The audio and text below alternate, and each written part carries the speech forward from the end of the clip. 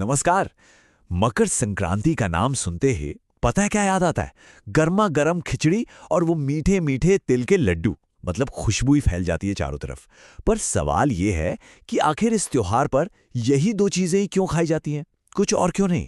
तो आज ना हम इसी सवाल की तह तक जाएंगे। ये जो हमारी प्लेट में खिचड़ी और तिल आते हैं, इनके पीछे सिर्फ स्वाद नहीं बल्कि खेती किसानी, हमारी सेहत और संस्कृति से जुड़े बड़े गहरे राज छिपे हैं। चलिए मिलकर इन्हें समझते हैं। शुरुआत करते हैं खिचड़ी से। अब देखिए, ये जो चावल और दाल का सिंपल सा दिखने वाला खाना है ना, इसकी कहानी बहुत बड़ी है।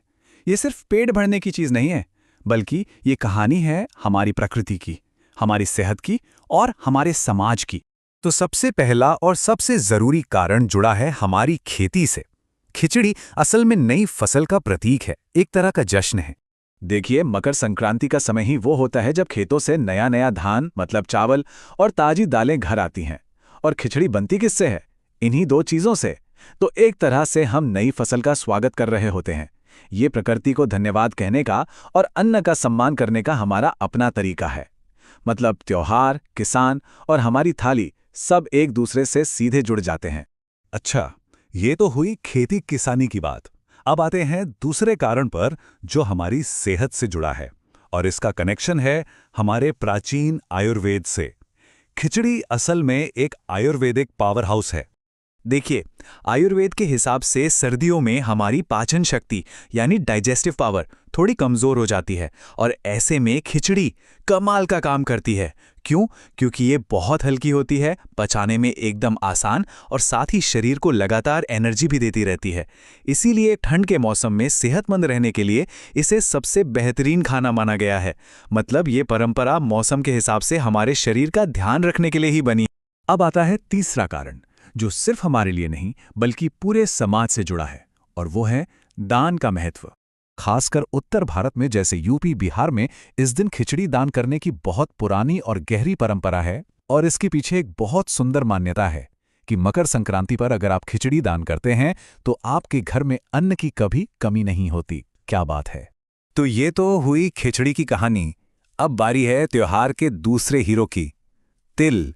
आइए अब इस छोटे से बीज के बड़े बड़े राज जानते हैं। सबसे पहला कारण एकदम सीधा और साइंटिफिक है। तिल जो है वो शरीर को प्राकृतिक रूप से गर्मी देता है।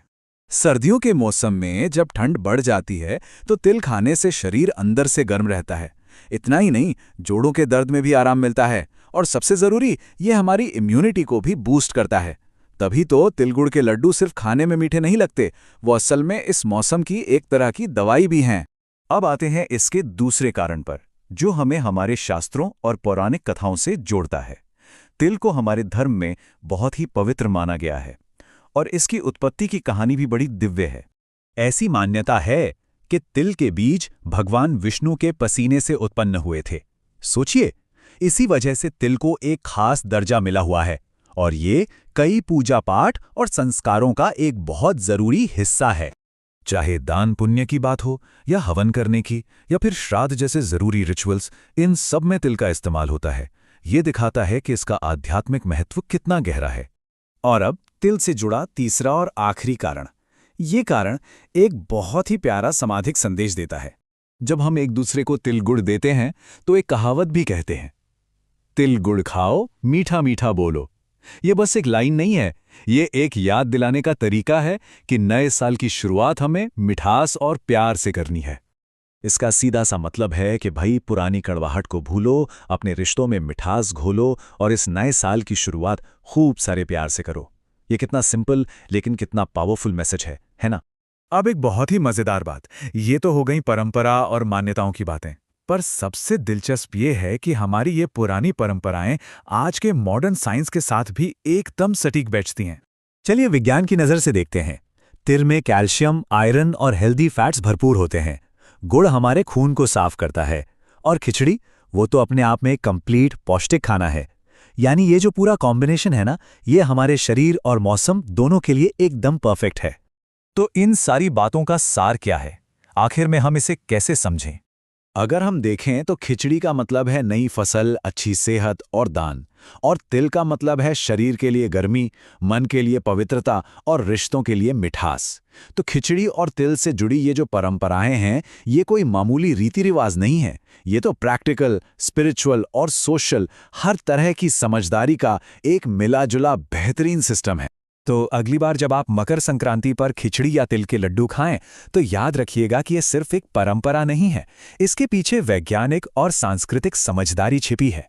ये हमें सिखाती है कि कैसे हमारे पूर्वज मौसम, शरीर और समाज के बीच एक बैलेंस बनाकर चलते थे। और ये हमें याद दिलाता है कि हमारे पुराने रीति रिवाजों के पीछे अक्सर कितने गहरे और सुलझे हुए तर्क होते हैं।